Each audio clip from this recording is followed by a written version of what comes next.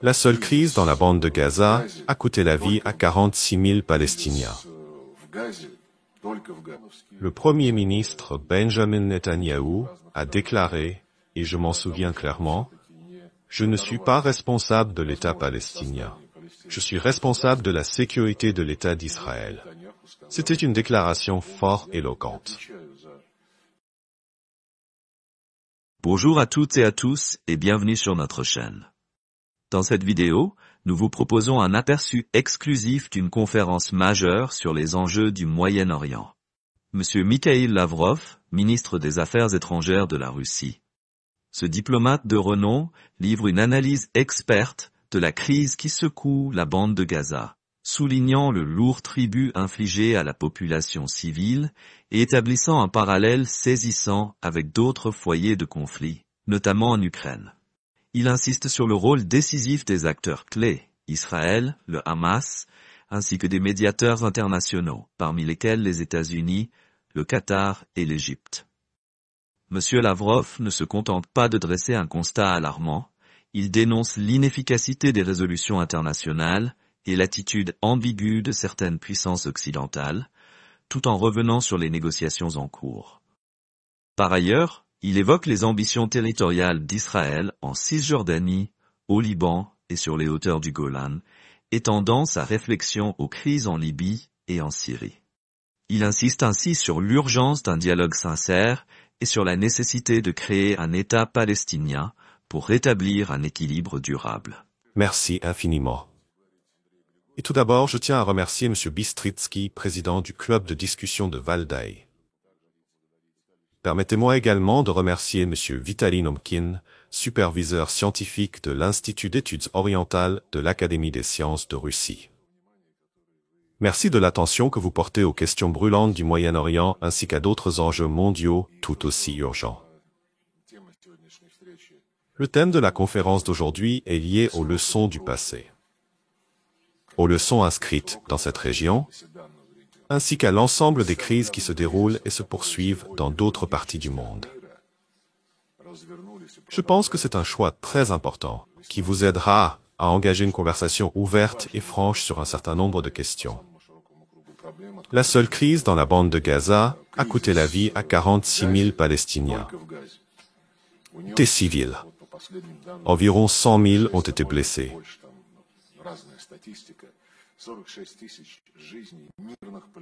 Et le décompte continue, car malgré tous les cessez-le-feu, des épisodes de violence surviennent de temps en temps, entraînant des pertes de vie civiles parmi les Palestiniens.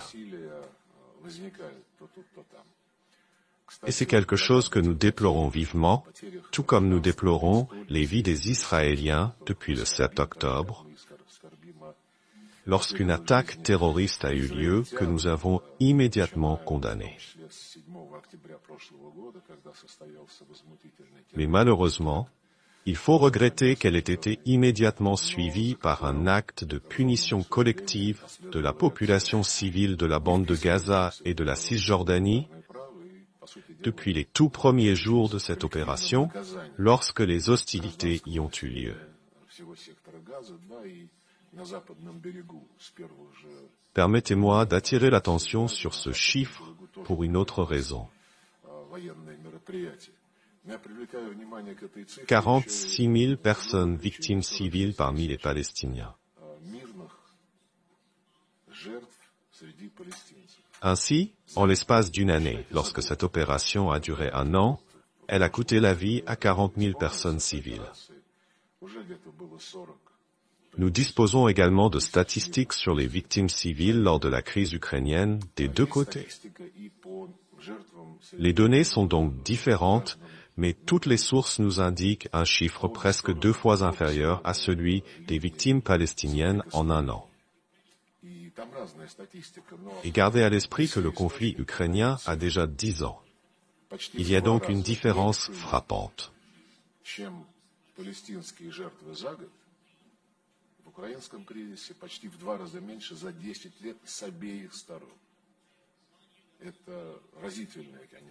Les maîtres occidentaux, enfin, les autorités ukrainiennes et leurs maîtres en Occident tentent de faire taire le décompte des victimes. Mais néanmoins, le nombre de civils tués dans la bande de Gaza et le niveau de destruction des infrastructures civiles dépassent en réalité le nombre de victimes et l'ampleur des destructions observées lors des guerres arabo-israéliennes du XXe siècle. C'est assez parlant. Il est bon que le cessez-le-feu ait finalement été obtenu après près d'une année d'efforts au sein du Conseil de sécurité pour parvenir à un tel cessez-le-feu. Les États-Unis ont eu recours à la vidéo à 7 reprises, puis ont proposé leur propre projet de résolution, présenté comme la solution à tous les problèmes. Mais dès que nous avons demandé si les parties étaient prêtes à mettre en œuvre cette résolution, en particulier Israël, les États-Unis n'ont apporté aucune réponse. Par conséquent, nous nous sommes abstenus de voter et rien n'a changé. Ce n'est qu'à présent que quelque chose a évolué.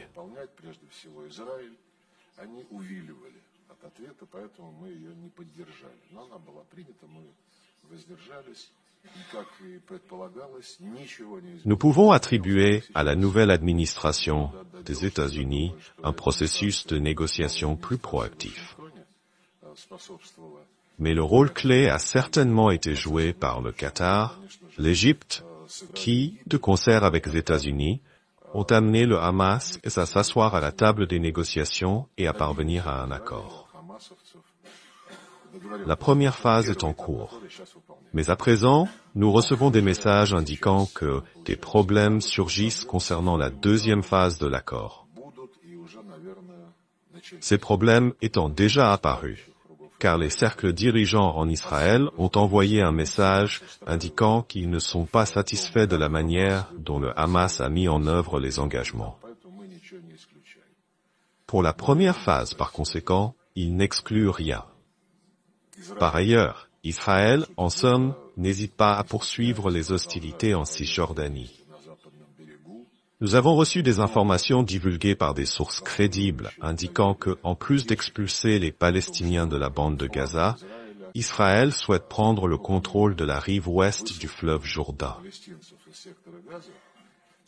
Et comme le confirment les experts, et personne ne le conteste, Israël veut s'emparer du territoire libanais et des hauteurs du Golan.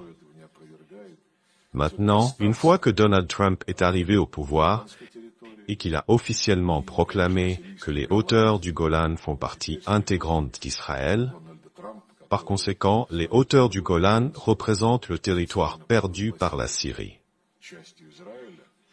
Et c'est une opportunité qui nous manque en termes de résolution du conflit arabo-palestinien, arabo-israélien.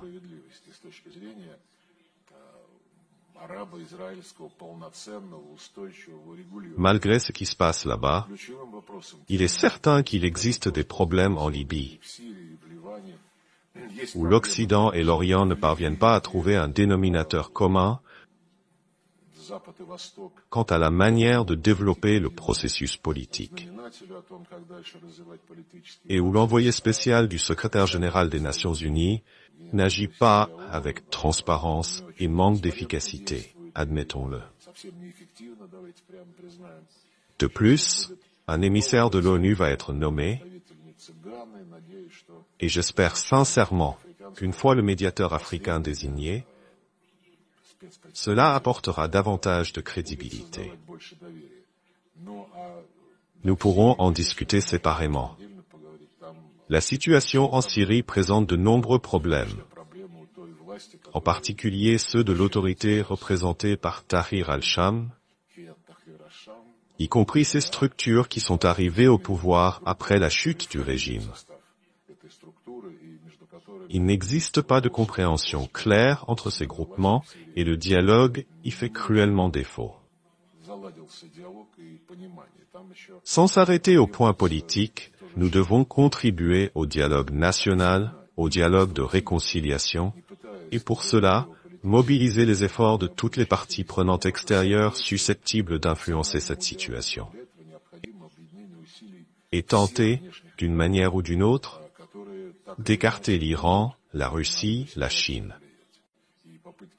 Il est certain que cela n'est pas fait de bonne volonté, mais qu'il manifeste plutôt l'intention de l'Occident de reléguer ses concurrents au second plan.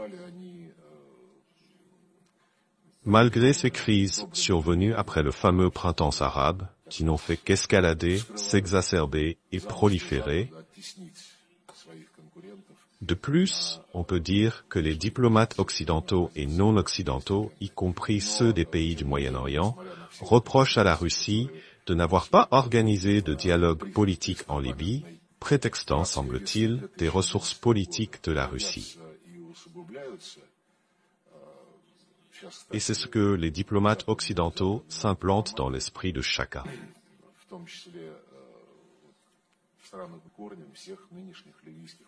Une partie de l'Occident est certes connue pour sa capacité à tout détruire, puis à rejeter la faute sur autrui.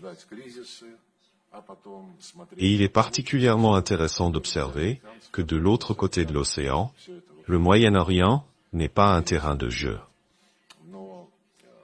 Et il ne devrait pas être traité comme tel. La clé pour résoudre de nombreux problèmes réside dans la création de l'État palestinien, et de nombreuses résolutions de l'Assemblée générale ont été adoptées à cette fin, ainsi que la résolution du Conseil de sécurité.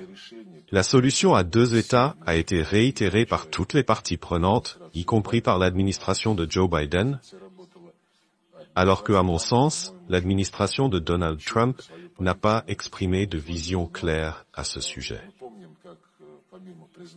Nous nous souvenons en outre qu'en dehors de la reconnaissance des hauteurs du Golan comme territoire israélien, l'administration de Donald Trump a promu une autre initiative, appelée les accords d'Abraham, selon laquelle il était suggéré de renverser l'initiative arabe de 2002, qui impliquait la création de l'État palestinien, conformément à la décision des Nations Unies, et par la suite, de stabiliser d'une manière ou d'une autre les relations entre toutes les nations arabes et Israël. Cette initiative du roi saoudien a d'ailleurs été approuvée par l'Organisation de l'opération islamique lors du sommet qui s'est tenu à Téhéran. Nous pouvons donc dire que la mise en place de l'État palestinien conduirait à la normalisation des relations entre Israël et l'ensemble du monde arabe. Du moins, cela découle des solutions et décisions que j'ai évoquées ci-dessus. Quant à savoir si cela est réaliste, la réponse sera apportée par ceux qui promeuvent la politique actuelle, et quant à savoir si cette politique prolonge effectivement celle de nos prédécesseurs. Eh bien, les plans concernant la bande de Gaza qui ont été exposés, ainsi que les actions d'Israël en Cisjordanie, c'est assez parlant. D'ailleurs, au tout début de l'opération militaire, lorsque les diplomates et politiciens des Nations Unies à travers le monde appelaient Israël à ne pas compromettre l'opportunité de mettre en place l'État palestinien, le Premier ministre Benjamin Netanyahou a déclaré, et je m'en souviens clairement, « Je ne suis pas responsable de l'État palestinien. Je suis responsable de la sécurité de l'État d'Israël. » C'était une déclaration fort éloquente.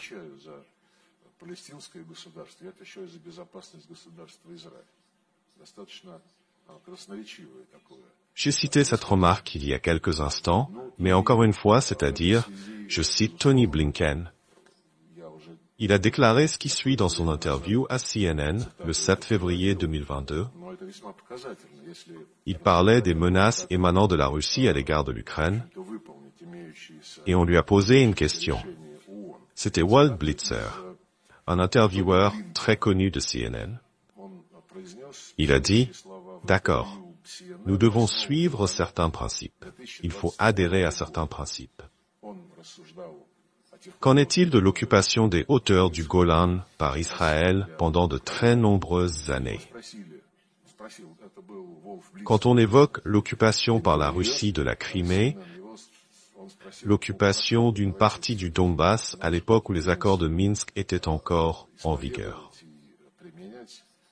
Et Anthony Blinken a répondu à la question concernant l'occupation des hauteurs du Golan en déclarant « D'accord, mettons de côté l'aspect juridique de cette question. » Il a ainsi ajouté « L'égalité mise à part, c'était sa première réaction. » Car pratiquement, les hauteurs du Golan sont d'une importance capitale pour la sécurité d'Israël. Fin de citation. C'est pourquoi, quand vous entendez ces discours répétés en boucle, affirmant que l'Occident ne permettra jamais la violation de la souveraineté de quiconque, sachez que, outre cet exemple, je pourrais vous citer une longue série d'autres extraits qui confirment que l'Occident se moque éperdument du droit international. Ils tirent simplement avantage de tout ce dont ils ont besoin au service de leurs objectifs. Спасибо большое.